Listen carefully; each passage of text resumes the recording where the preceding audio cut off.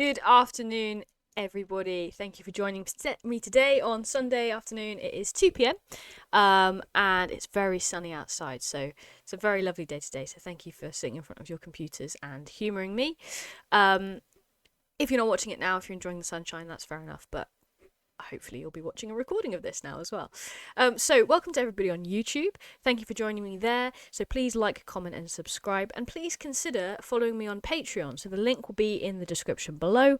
On Patreon you will be able to access this full lesson. So for YouTube we're only going to be doing about half of the lesson today, and then the rest of the lesson, where we'll be putting some of our theory into more practice, will only be available on Patreon, and it will all be there as a recording if you're not catching this live, as well as all of my previous lessons as well, so it's well worth joining me on there. Everybody on Patreon, thank you so much for joining me again. Your support is really appreciated. So today what we're looking at is analysing language, specifically in non-fiction texts, but the skills are transferable to fiction as well, which we will look at again in a later lesson. So we've looked at figurative language in a previous video. We've looked at how to use figurative language, so you can go to my previous video here if you've not already looked at that. And in that video, I cover a series of figurative language devices and how to use them. So today what we're going to do is look at how to recognise them within another text and then analyse those uses of the methods and techniques. So analysing them rather than actually using them yourself. Okay. So the first things first is just to brainstorm some of those techniques. So let's have a little look at some of the techniques that we can think of. You might want to, if you're watching a recording of this, pause this now and brainstorm them yourself. But if not, just kind of copy them as I do. We'll put a title today of language analysis. Oh, and all of the articles and texts we're looking at today are about tea. So I have my nice steaming hot of cup of tea to join me here. That was disgusting, so apologies for everyone who's got their microphones, sorry, their speakers on loud there. That's not ideal. But please feel free to pause this if you're watching a recording and go and make yourself a cup of tea, because it will be fitting, I assure you. And it's always nice to have a nice cup of tea on a Sunday afternoon anyway. So, language analysis. Date today is the 27th of April. Always good to write a date and title so you can keep track of when you've done what. So let's just brainstorm some language techniques. So we have similes, we have metaphors. Again, if you're not sure what these are, please head over to my previous video on how to use figurative language, and we go through all of the definitions there. We have hyperbole, we have personification, we have onomatopoeia, we have alliteration, we have sibilance. What am I missing? Pathetic fallacy. We have oxymorons. What else do we have that I'm missing? Can't think of anything off the top of my head, so we'll just carry on and come back to that list if we need to. Now, bear in mind, today is specifically about non-fiction analysis, which isn't essentially any different to fiction analysis, but what we have to be aware of is that different types of techniques might be used in non-fiction that we wouldn't necessarily use in fiction. So all of these techniques I've listed there could be used in either, but we also have rhetorical techniques that may be used in non-fiction, specifically for texts that are persuasive or opinion pieces, which is what we're going to be looking at today. So people's opinion on tea is what we're going to be looking at today. Cue another slurp. I'm going to back away from the microphone as I do this.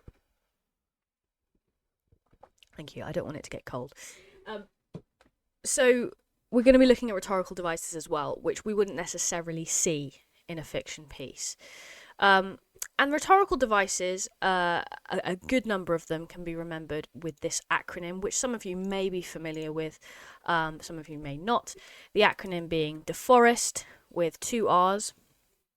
And each of those letters stands for a rhetorical device. So we have D, A, F, O, R, R, O again, S, and T. Now, some of these are language devices, some of them are structural devices, and some of them are just kind of more general uses of things to include within the text. So what I'm going to do is tell you what each of these stand for, and then I'm just going to take out the ones that aren't language. So we're only looking at the use of language today.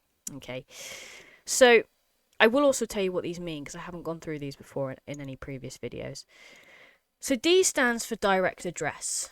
So that's when you are directly talking to the reader, you're using the personal pronoun you, so you're using the second person, and the purpose for that is to make the reader feel as if you're having a conversation with them and what you're saying is addressing them specifically, and therefore they consider their own thoughts, their own opinions, their own actions.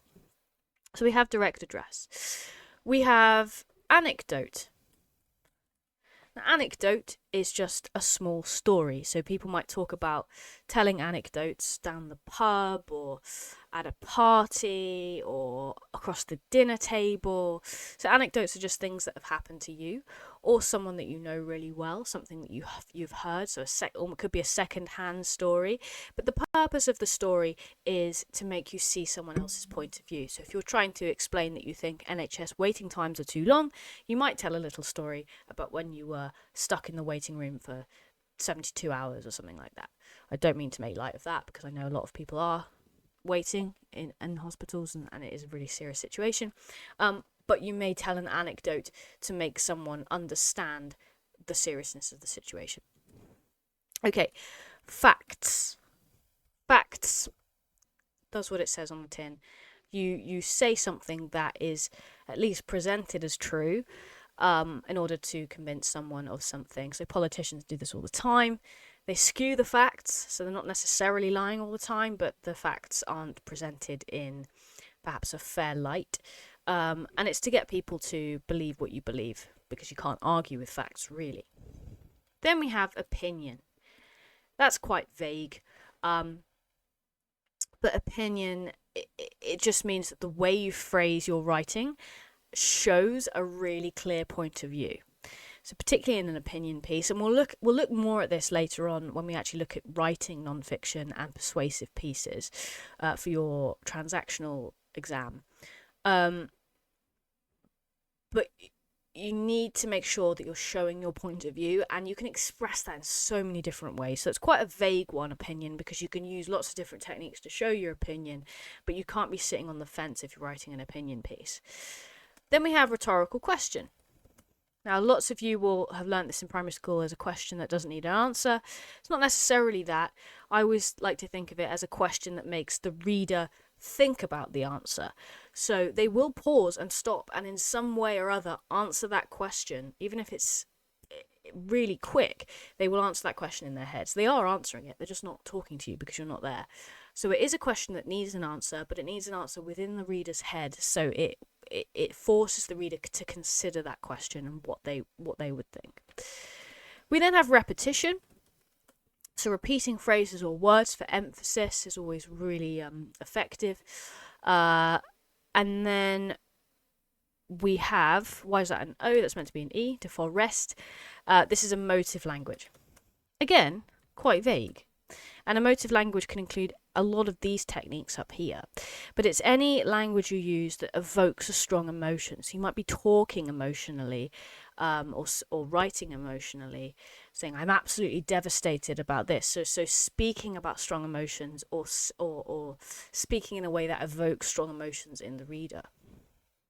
We then have statistics, which again is like fact, but using numbers, and something called tricolon, which is a list of 3. Now, actually, when we look through those DeForest techniques, which is something a lot of you will be shown when you do your opinion writing, most of these are structural techniques. So I'm going to take out all the ones that I consider to be structural. Direct address, anecdote, facts, opinion can be language, rhetorical question can be language, repetition can be language, emotive language can be language. Take out statistics, take out tricolon. Now, arguably, a lot of these are also structural, rhetorical question and repetition in particular, but they can also be used in such a way where the language is really crucial to that technique, and therefore they can also be language devices. So the reason I've done that exercise is because often when people talk about analysing the non-fiction text, they still look at these techniques that you're taught to use when you're writing non-fiction. What we can't forget, though, is that there aren't that many in this list that are language. And so when you come across the language question in your non-fiction exam, you're still going to have to be thinking about all of these techniques up here that you're used to with your fiction analysis. Okay, so those are our techniques. Now, how we're going to be doing the rest of this video is, for the YouTube crowd, we're now going to look at an article, an opinion article about tea. Cue my next sip. Lovely. And we're going to be analysing it through annotation. So annotation being highlighting and making notes. I should be doing that on the screen. And I'll do my best to make my handwriting as good as possible, but this pen can be quite temperamental. But we'll be discussing it as we go, so you can understand the types of ideas we're trying to get from the text. I will then discuss how you would structure an answer, and you can make notes on this as we go, but that's where the YouTube video will end. And then for those on Patreon, we will then look at a second text, and this time it will be a 19th century text, so written in the 1800s. The reason I'm doing that is because in your GCSE exam you will get one of the texts that will be older, and therefore you're going to have some practice in reading those older texts, as the language and syntax can be a little bit confusing because it's not what we're used to, so it's good practice to look at those. We'll be analysing and annotating a second text, and then we will be actually transferring those ideas to full paragraphs that I will model on the screen for you using a specific structure so that you can see how we'd go from reading the text to a full response for a language analysis question.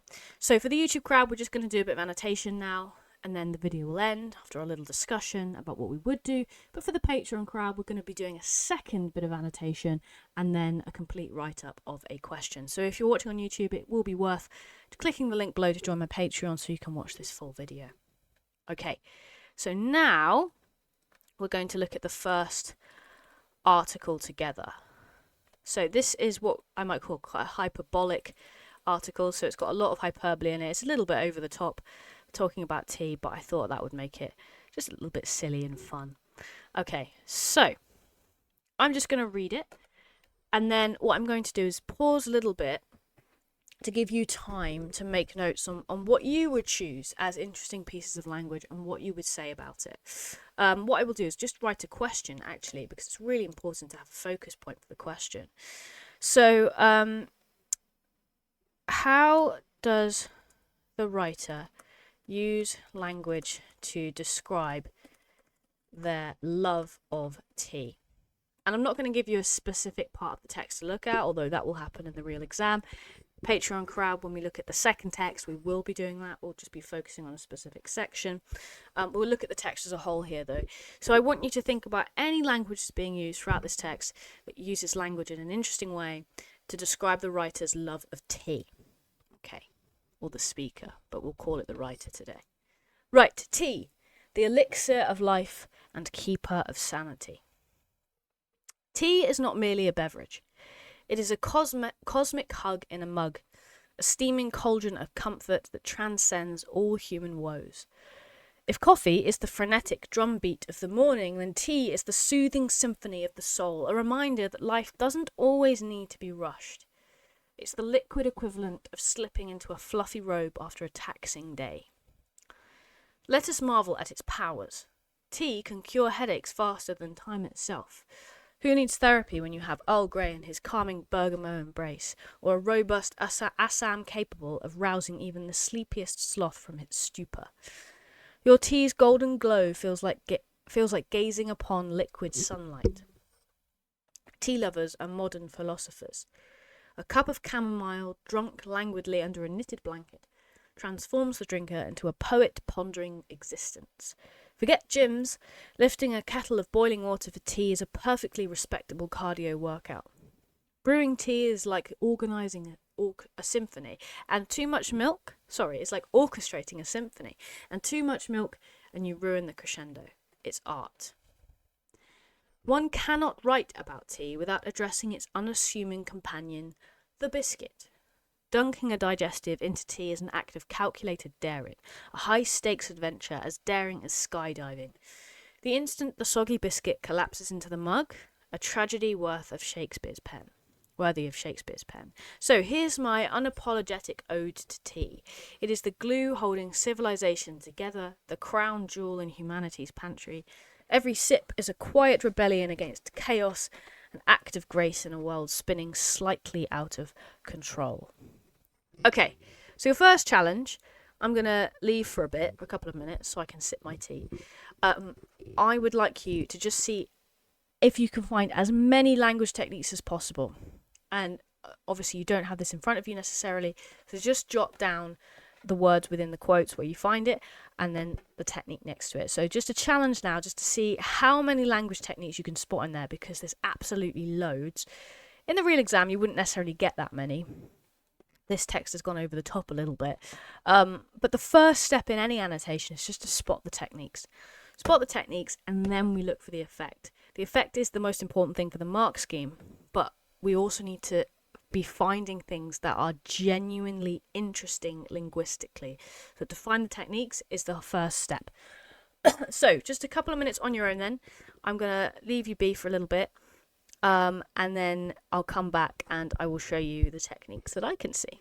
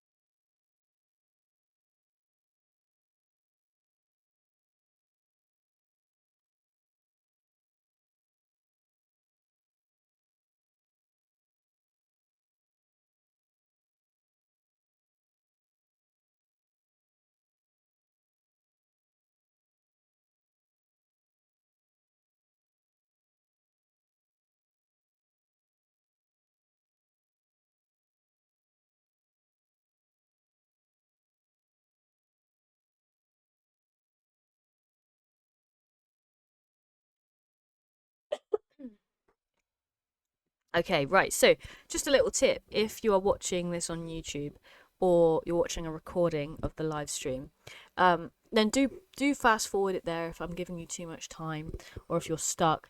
Yeah, don't necessarily sit through all of those minutes of me letting you do work on your own if you're struggling. But use it to have a go, because it's really important that you do have a go. But if you'd rather just fast forward it a little bit, then please feel free to do that. Okay, so let's have a look.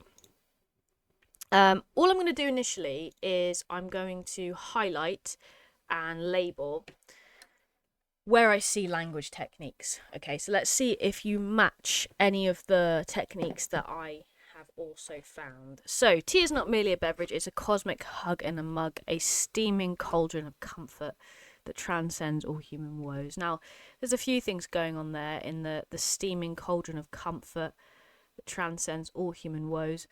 This here is a little bit of hyperbole, saying that it it transcends all human woes. It's going over the top a little bit. We've got a little bit of alliteration here, which is interesting. Consider what effect that might have. If coffee is the frenetic drumbeat in the morning, then tea is the soothing symphony of the soul. So that there, with all of those S sounds, is a lovely bit of sibilance. Sibilance being a repetition of S sounds. A reminder that life doesn't always need to be rushed. It's the liquid equivalent of slipping into a fluffy robe after a taxing day. Kind of a simile there, but we'll move on because there's not a lot of room. Let us marvel at its powers. Tea can cure heartaches faster than time itself. Again, we've got more hyperbole. Hyperbole is kind of an ongoing theme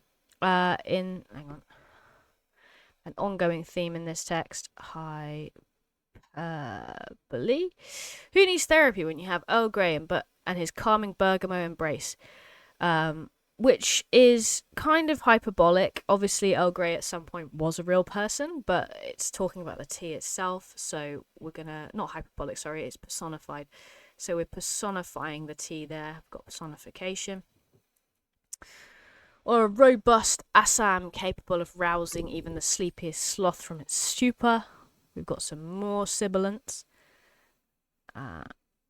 So even though, let's say we've got sibilants there and sibilants there, they might be used for different reasons and have different effects. So you can talk about two different pieces of sibilants as long as you're saying different effects about them. Your tea's golden glow feels like gazing upon liquid sunlight. So we've got, within that one phrase, which is a lovely phrase, we have some alliteration with the g sounds. So alliteration. It's also, because of this liquid sunlight, a simile because it's like that. So it's a simile. So absolutely packed full of language stuff, this text. Tea lovers are modern philosophers. A cup of chamomile. More alliteration. I'm just going to match up with that one. Drunk languidly. That's a lovely adverb there.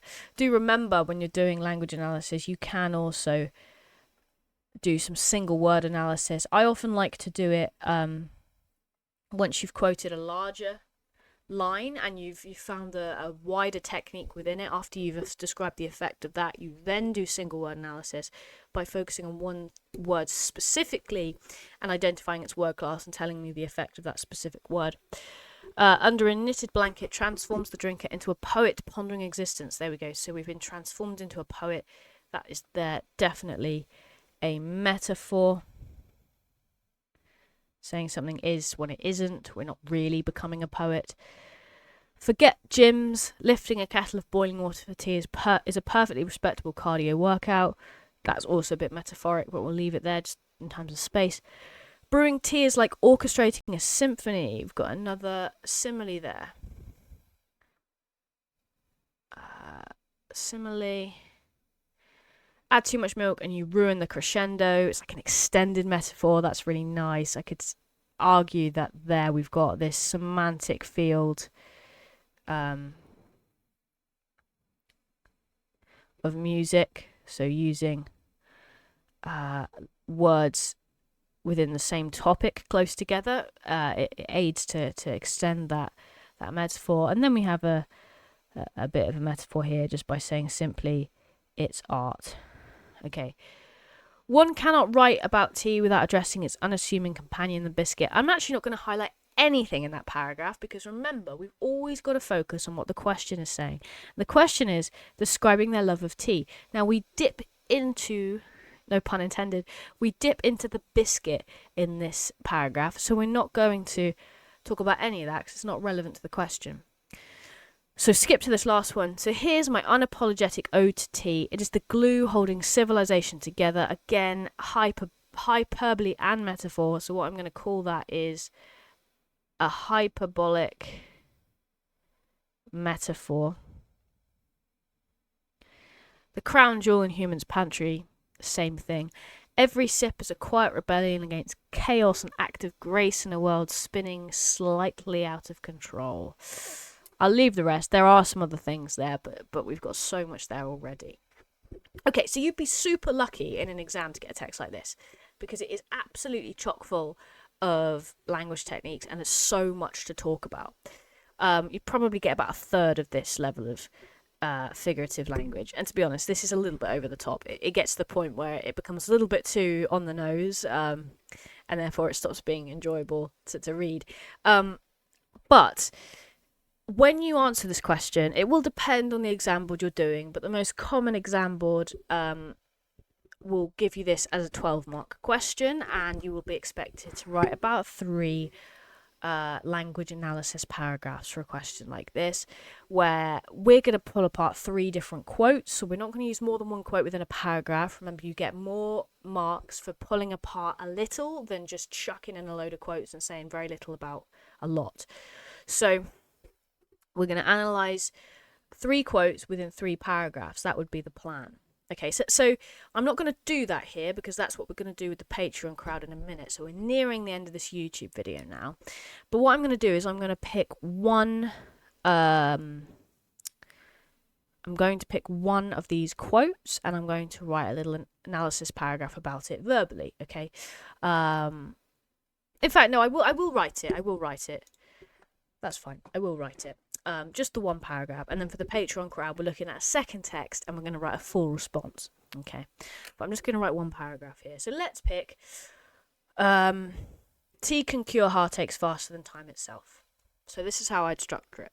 I'd start off with my technique, although bear in mind that before you actually move on to your writing, you do need to complete the annotation, which means that you'd pick 3 quotes and you'd write a little effect next to it. So the hyperbole of this, tea can cure heartaches faster than time itself. The effect is to show that the love of tea is due to the fact that tea is an extreme comfort and it's healing. Let's pick a couple more. We could write the effect of the sleepiest sloth from its stupor, the sibilance. The sibilance slows the writing down, which gives it a lazy feel. I won't write that down because I haven't got room. And then this simile down here, brewing tea is like orchestrating a symphony. It makes tea sound like complex and intricate, rather than it takes it away from being the simplistic idea of just making a cup of tea. It makes it sound like to get it right, you have to do it with such skill and intricacy. Okay, but just so those are the kind of things you'd write next to your methods when you're actually annotating. But let me just write one paragraph. So I'm going to choose the tea can cure heartaches faster than time itself. So I'm going to just start straight away with the technique. I don't need to do any waffle about my overall point because that's going to come in my effect. I'm getting in the mark scheme. I'm getting marks for the effect. I'm not getting marks for a paragraph heading or a paragraph topic sentence. That's not where I'm getting marks. If you've got effect in that topic sentence, yes, but the effect's going to come later anyway. So I'm going to go straight in with my technique. So the writer uses a hyperbole in the line, and I'm going to quote it. What's happened there? In the line, tea can cure heartaches faster than time itself. In order to show that the writer has an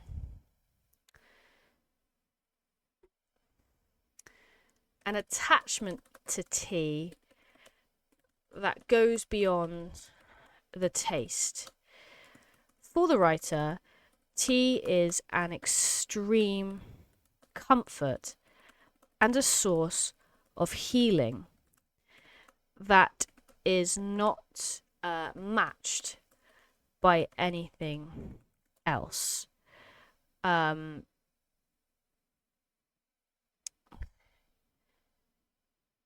It seems to be the quickest route to happiness.